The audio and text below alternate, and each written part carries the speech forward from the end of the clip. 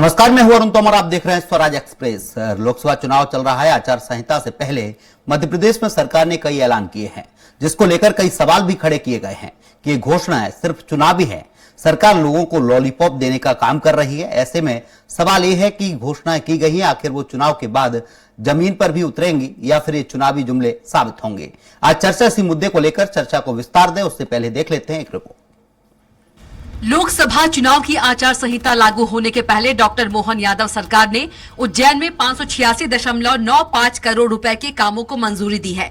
वित्त विभाग की राज्य स्तरीय विभागीय समिति ने इन कामों को स्वीकृति देकर काम शुरू करने के लिए फाइलें लोक निर्माण विभाग को भेज दी है। ये सभी मंजूरी लोकसभा चुनाव की आचार संहिता लागू होने के एक दिन पहले यानी 15 मार्च को जारी हुई। आचार संहिता लागू होने से पहले सरकार ने 1,889.29 करोड़ के काम मंजूर किए हैं।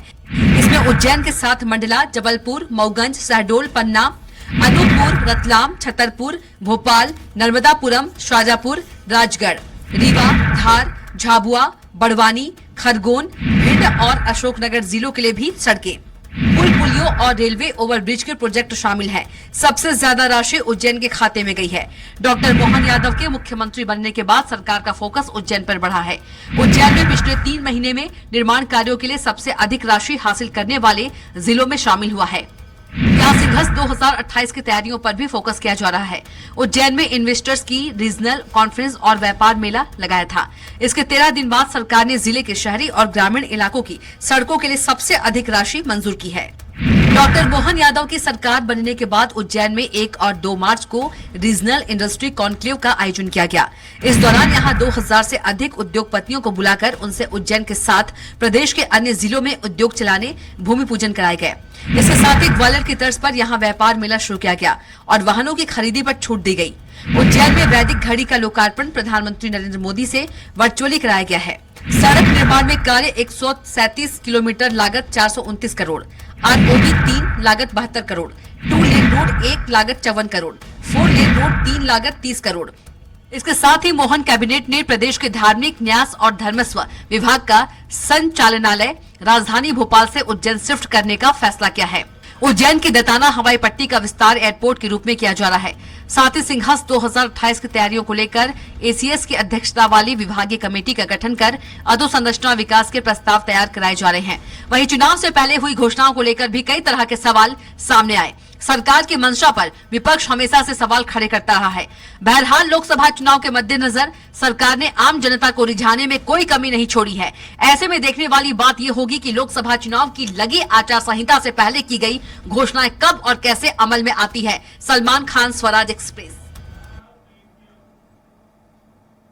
हमारी इस डिबेट में ज्यादा चर्चा के लिए मौजूद हैं ब्रज गोपाल लोहिया हैं, बीजेपी प्रवक्ता हैं, केदार सिरोही हैं, कांग्रेस प्रवक्ता है। आप दोनों ही मेहमानों का स्वराज एक्सप्रेस में बहुत बहुत स्वागत है। ब्रज गोपाल जी, आचार संहिता लागू होने से पहले बीजेपी ने 586.95 करोड़ के विकास कार्यों को मंजूरी दी है। ये विकास कार्य धरातल पर कब दिखेंगे? भी विकास कार्यों की मंजूरी सरकार ने दी है या उनका भूमि पूजन किया है, उसके साथ ही ये डेडलाइन तय की है कि कौन सा काम कितने दिन में पूर्णता तक पहुंचेगा।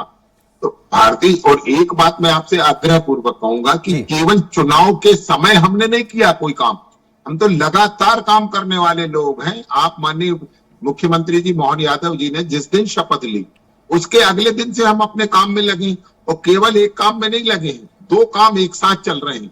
विकसित मध्य प्रदेश, आत्मनिर्भर मध्य प्रदेश में शानदार इंफ्रास्ट्रक्चर, और उसके साथ साथ गरीब कल्याण का जो हमारा संकल्प है वो भी आगे बढ़े। तो ये काम हमारी प्राथमिकता पर है। केवल इसलिए नहीं है कि चुनाव है, आप चुनाव जैसे ही समाप्त होगा आप देखेंगे किस तरह माननीय नरेंद्र मोदी जी ने ये कहा है कि चुनाव के बाद 100 दिन पहले 100 दिन की क्या आपकी कार्य योजना है वो भी हमारे समक्ष प्रस्तुत करें। तो काम करना भारतीय जनता पार्टी का जो सतत प्रक्रिया है उसका एक हिस्सा है, और जो जन कल्याण के काम है, गरीब कल्याण उसमें महत्वपूर्ण है वो, और मध्य प्रदेश का विकास, ये 2 प्राथमिकताएं हैं। इन पर भारतीय जनता पार्टी की सरकार काम करती रहेगी। जी, हमारे साथ वरिष्ठ पत्रकार है भूपेंद्र सुलेरे जी। भूपेंद्र सुलेरे जी, देखा जाए लोकसभा चुनाव से पहले गारंटी और घोषणा, ये दोनों शब्द बड़े प्रचलित हो जाते हैं। देखा जाए मोदी, बीजेपी जो बार बार कह रही है हमारी गारंटी है, विकास की गारंटी है, वहीं कांग्रेस है वो एक के बाद एक घोषणाएं कांग्रेस भी कर रही है। जनता पर कितना प्रभाव पड़ेगा?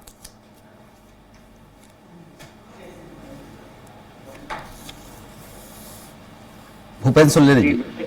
जी, मेरी आवाज आ रही है? जी जी बोलिए।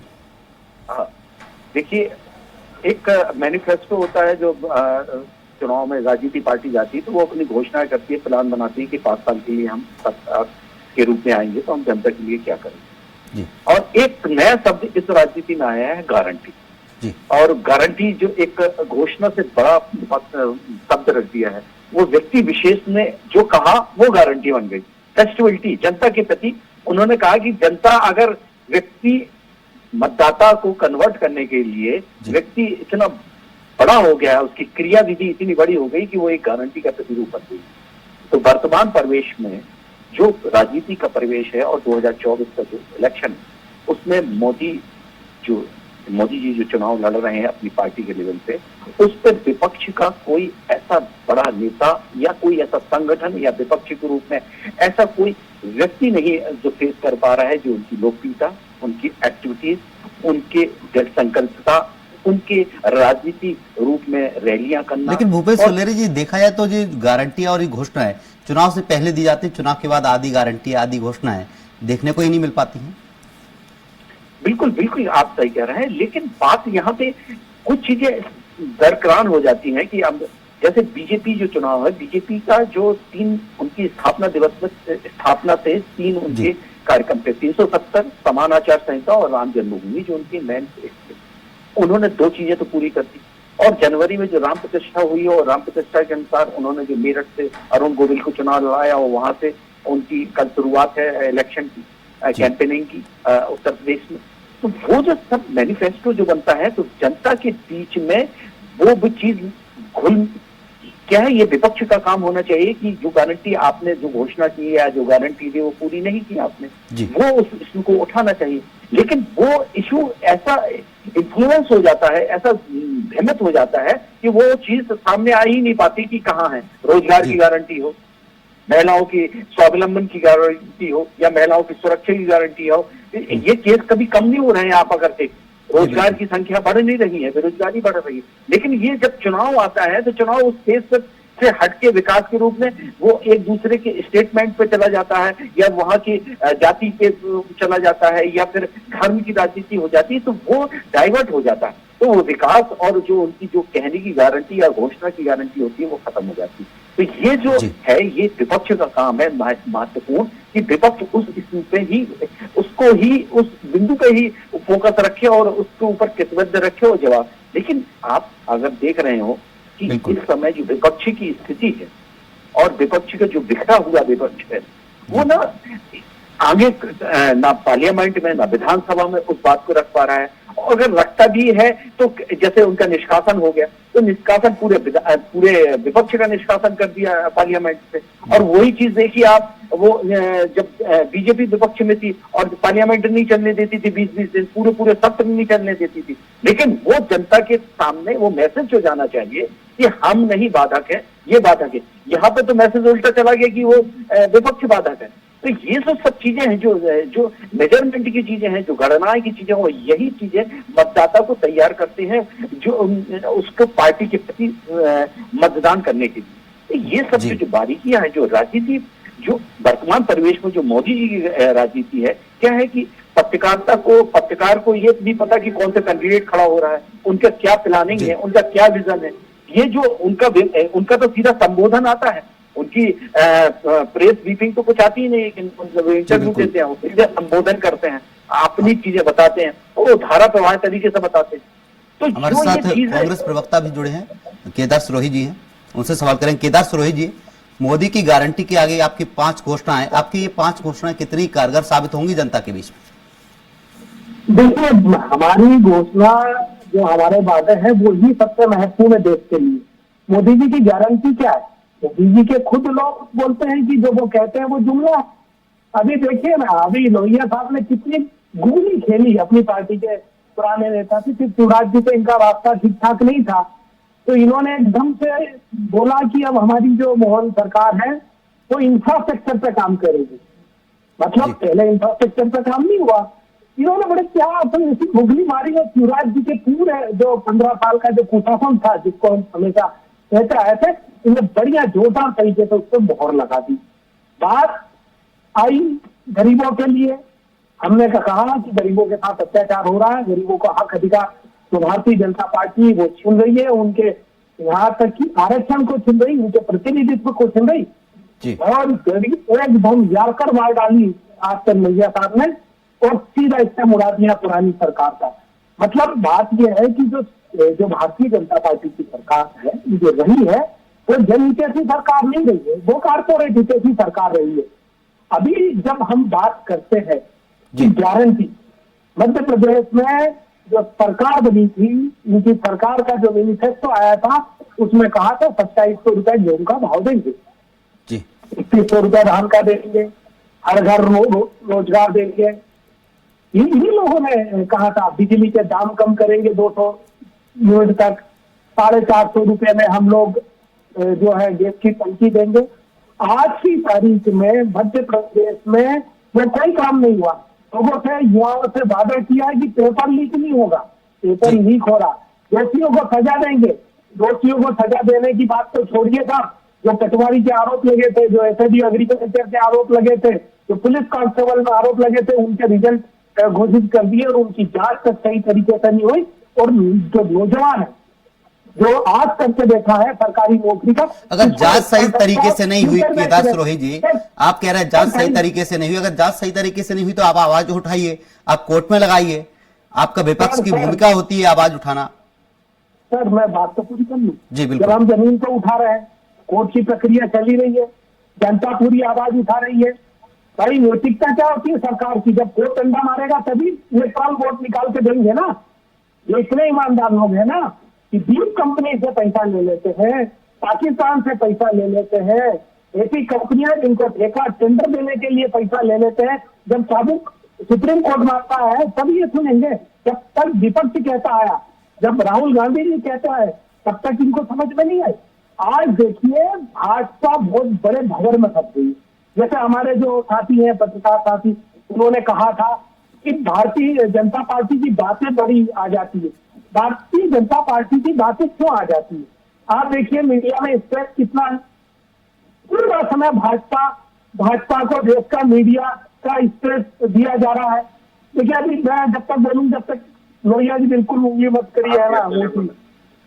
हाँ, मीडिया पूरा उनके उसमें है, प्रशासन उनके उसमें लगा है, पुलिस उनका लगा हुआ है, पैसा उनका लगा हुआ है। आज की तारीख में जो लोकतांत्रिक तरीके से चुनाव होना चाहिए वो हो नहीं रहा। इनके नहीं की जो हमारी जो मंत्री है, वित्त मंत्री निर्मला सीतारमण जी ने कहा है कि वो चुनाव नहीं लड़ सकती।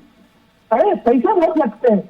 अरे आपके शासन में ऐसा क्या हुआ? जब कांग्रेस की सरकार थी तो हमने तो चाय वाले को मुख्यमंत्री बनते देखा, हमने तो चाय वाले को प्रधानमंत्री बनते देखा। तो मिला के जी बिल्कुल। केदार सिरोही जी, ब्रज गोपाल लोहिया जी से सवाल कर लेते। ब्रज गोपाल लोहिया जी, मोदी सरकार की गारंटी थी महिला सशक्तिकरण, किसानों का कल्याण, कमजोर वर्ग को आगे बढ़ाना, ये गारंटियां पूरी कब होंगी? देखिए मुझे आप एक बात बताइए, तब नहीं हुई इसका जवाब पूछिए आप। इस देश में 25 करोड़ लोग पिछले 10 वर्षों विपक्ष लगातार सवाल उठा रहा है, महंगाई बढ़ गई है, बेरोजगारी बढ़ गई है, आप कह रहे हैं कब पूरी नहीं हुई? बड़ा देना पड़ता है। एक निवेदन करूं आपको, ये कांग्रेस के प्रवक्ता और मेरा आप समय मिला लीजिए। मैंने 10% भी समय नहीं लिया और मैंने केवल मेरी पार्टी की बात करी। आपने इनसे प्रश्न किया था कि आपकी गारंटी का क्या हुआ, तो ये उसका कोई जवाब नहीं दे रहे, भारतीय जनता पार्टी की बात कर रहे हैं और उन्हें आप टोक नहीं रहे बल्कि मुझे रोक रहे हैं। नहीं, मैं आपको रोक नहीं रहा, मैं आपसे सवाल कर रहा हूँ। मैं आपसे सवाल करने के बाद उसका उत्तर सुनना आपकी जिम्मेवारी है। जी जी बोलिए बोलिए, आपका समय है, आप बोलिए। मैं बता रहा हूँ जी बोलिए। इस देश में 25 करोड़ लोग पिछले 9.5 वर्षों में गरीबी रेखा से बाहर निकले हैं। इस देश में पिछले 10 वर्षों में आप कल्पना कीजिए कि 65 करोड़ लोगों के पास अपना बैंक अकाउंट हुआ है। आप कल्पना कीजिए इस देश में 11 करोड़ लोगों महिलाओं के पास अपना गैस का चूल्हा पहुंचा है। इस देश में 5 करोड़ घरों में शौचालय नहीं था, 8 करोड़ घरों में वो शौचालय पहुंचाने का काम किया है। 4 करोड़ परिवारों को मकान देने का काम किया है। इस देश के रोड इंफ्रा को डबल करने का काम किया है। इस देश में एयरपोर्ट की संख्या को दुगने से अधिक पहुंचाने का काम किया है। इस देश की सुरक्षा मजबूत हो इसलिए सेना को मजबूत करने का काम किया है। और जो कांग्रेस की और यूपीए की सरकार के दौरान आए दिन धमाके होते थे उसको रोकने का काम किया है। और एक बात और कह दूं, केदार जी अभी प्रश्न उठा रहे थे कि शिवराज जी का कार्यकाल, अरे ये वही शिवराज जी का कार्यकाल है कि जिनके नेतृत्व में मध्य प्रदेश में विकासशील मध्य प्रदेश बना, बीमारू मध्य प्रदेश था और उसके बाद विकसित मध्य प्रदेश बना। यही शिवराज जी का काल है जिनके काल में 23,000 करोड़ का बजट बढ़कर 3,14,000 करोड़ हुआ।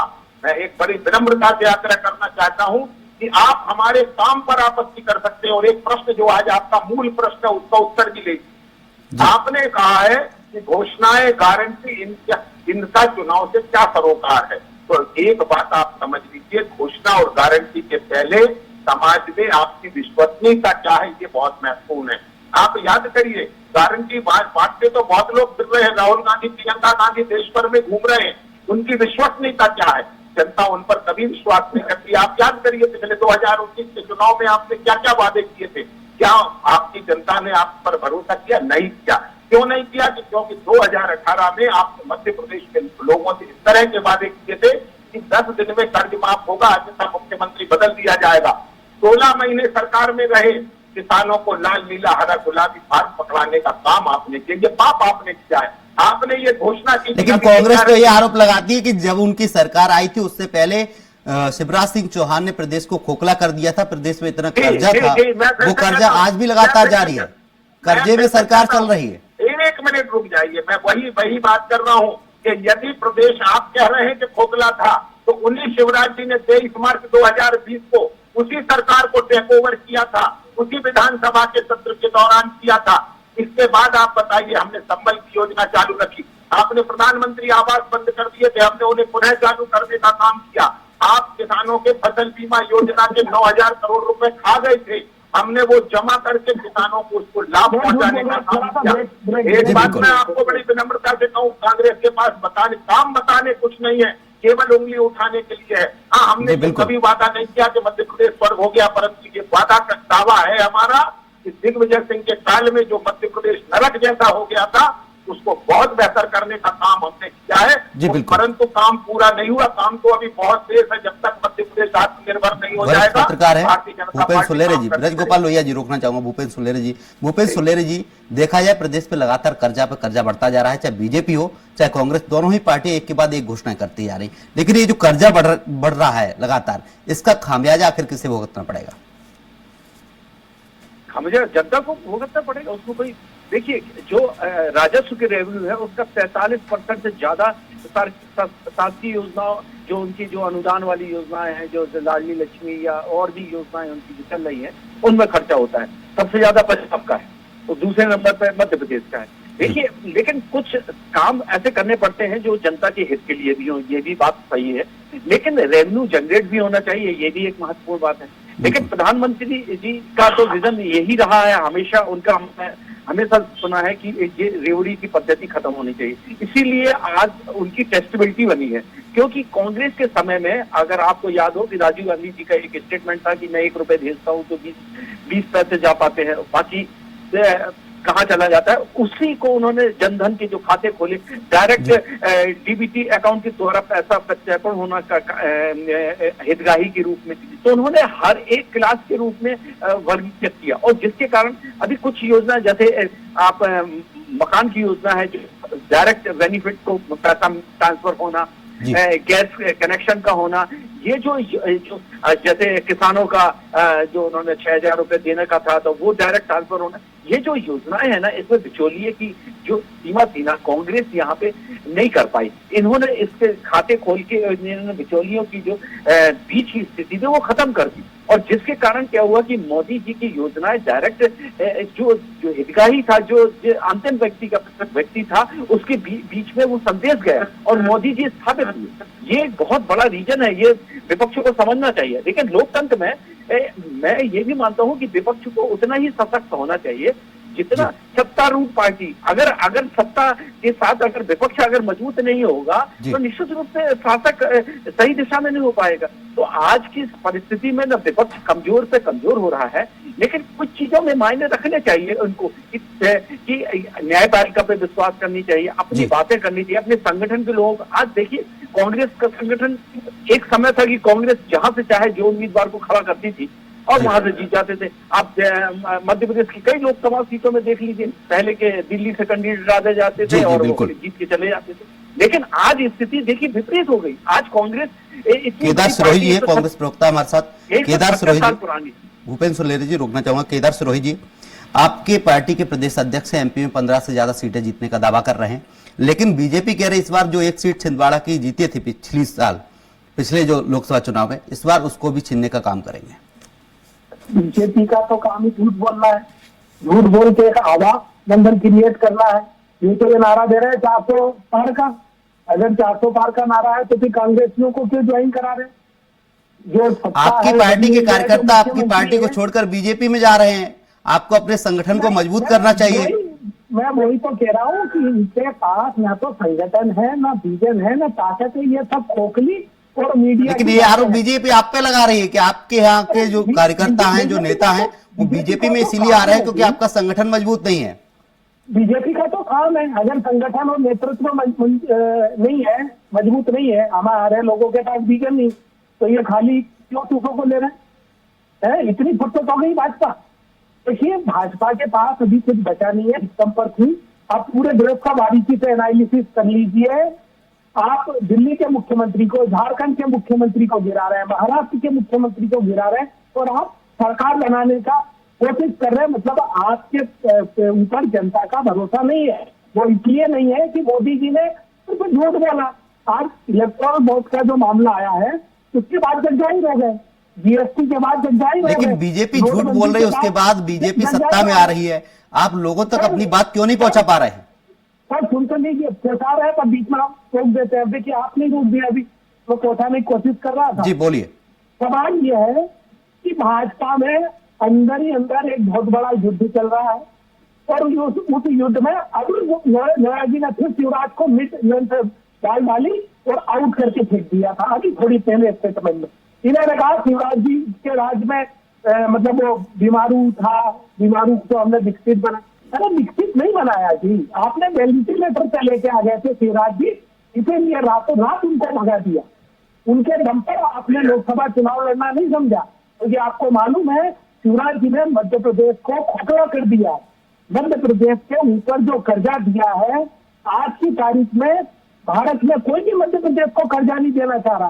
बेरोजगारी स्तर पर है, किसानों की स्थिति दयनीय स्थिति है, देश में किसानों की आय है। पहला मध्य प्रदेश ऐसा राज्य है जहाँ पर आय घटी है। नीति आयोग की रिपोर्ट कह रही है, संसदीय कार्य क्षेत्र की समिति की रिपोर्ट वो कहती है कि मध्य प्रदेश में किसानों की आय घटी है, किसानों की आत्महत्या बढ़ी है, सामान्य आत्महत्या बढ़ी है। यहाँ पर लॉ एंड ऑर्डर बिगड़ा हुआ है। आप देखिए मध्य प्रदेश में हर 5वां 6वां आदमी आदिवासी है। आदिवासियों के लिए इन्होंने मुंह में पेशाब करके ये संकेत दिया था कि इनके लिए मध्य प्रदेश की जनता इक्वल नहीं है। ये सिर्फ पक्षपाती लोग हैं। जी बिल्कुल। ब्रजगोपाल लोहिया जी से जवाब ले लेते हैं। केदार सिरोही जी, ब्रजगोपाल लोहिया जी से सवाल ले लेते हैं। ब्रजगोपाल लोहिया जी, आप कर्जे की बात कह रहे थे, कर्जा नहीं हमने विकास किया है। 5500 करोड़ का कर्जा मोहन यादव जब से मुख्यमंत्री बने तब से उन्होंने अभी तक ले लिया है। बिल्कुल। दो बातें मैं पहले आपको कह दूं, माननीय भूपेंद्र जी जो हमारे राजनीतिक विश्लेषक हैं, पहले उन्होंने एक प्रश्न खड़ा किया है कि लोकतंत्र के खूबसूरती के लिए ये आवश्यक है कि विपक्ष मजबूत हो। तो क्या भारतीय जनता पार्टी की ये जिम्मेवारी है कि जो पार्टी अपने नेता, नीति और नियम तीनों के कारण अगर चुनाव हार रही है, जनता उसे अस्वीकार कर रही है, तो इसके लिए मेहनत करना किसकी जिम्मेवारी है? एक श्रेष्ठ और मजबूत विपक्ष की भूमिका भी जिम्मेदारी है, ईडी इलेक्शन डिपार्टमेंट की जिम्मेदारी है, एक मिनट, पुलिस की जिम्मेदारी है, इनकम टैक्स वालों की जिम्मेदारी है। और बोल रहे जब आप खत्म हो जाए तब नहीं, मैं बता रहा हूँ ना। आप क्या महाराष्ट्र में, लेकिन 100 बजे टिकट किया भैया इनको अगर कंटिन्यू रखना है तो आप मुझे मैं बाहर हूँ। ब्रजगोपाल लोहिया जी को जवाब देने दीजिए। केदार सरोज जी, रोकना चाहूंगा। केदार सरोज जी, ब्रजगोपाल लोहिया जी जवाब दे रहे हैं, सुन लीजिए, सुन लीजिए। केदार सरोज जी सुन लीजिए, जवाब तो सुन लीजिए। मैं आपसे सही कह रहा हूँ। अच्छे व्यक्ति हैं लोया जी, उन्होंने केदार सरोज जी सुन लीजिए, जवाब सुन लीजिए। शर्मा नहीं कीजिए। ब्रजगोपाल लोहिया जी का जवाब सुन लीजिए जी। सबसे गंभीर संकट कांग्रेस पार्टी का क्या है? वो जी। अपनी पार्टी की एक भी उपलब्धि नहीं गिना पाए आधे घंटे में। आप केदार सिरोही जी को सुन पाए, वो गाली शिवराज जी को बचे, मोहन यादव जी को बचे, नरेंद्र मोदी जी को बचे। विपक्ष का काम होता है सवाल उठाना। केदार सरोज जी, केदार सरोज जी सुन लीजिए। आपने क्षमता नहीं है जब राहुल गांधी की एक उपलब्धि बताइए ना। राहुल गांधी की क्या उपलब्धि है? आप कांग्रेस के कामों में क्या काम किया है कि आप सरकार के देश के लिए खर्च करो, उसके बाद में आपसे संपत्ति खत्म नहीं हो रही है। ये कांग्रेस का काम है। कांग्रेस की तुलना भाजपा से नहीं कर सकते। वो भाजपा जो धर्मों के बीच में लड़ाने का काम करती है, जो भाजपा आज की तारीख में अदानी का एजेंट बनकर बैठी हुई है, उसको कांग्रेस से तुलना नहीं हो सकती है। 2024 सेना के उसमें धोखा किया, जिसने आम जनता के उसमें धोखा किया हो। समय का अभाव है, नकार रहा है। समय का अभाव है। ब्रजगोपाल लोहिया जी आपका बहुत बहुत शुक्रिया, और कांग्रेस प्रवक्ता है केदार सरोज जी आपका भी बहुत बहुत शुक्रिया। वरिष्ठ पत्रकार हमारे साथ भूपेंद्र सोलेरे जी हैं, आपका भी बहुत बहुत शुक्रिया। इस तरीके से देखा जाए, चुनाव से पहले चाहे बीजेपी हो चाहे कांग्रेस, दोनों ही पार्टियां घोषणाओं की झड़ी लगा देती हैं। बीजेपी अपनी गारंटी बता रही है तो कांग्रेस अपने वचन बता रही है, लेकिन देखना होगा कि वचन और गारंटियां चुनाव जीतने के बाद जमीन पर कब उतरेंगी। फिलहाल के लिए हमारी इस बिग डिबेट में इतना ही। आप देखते रहिए स्वराज एक्सप्रेस। नमस्कार।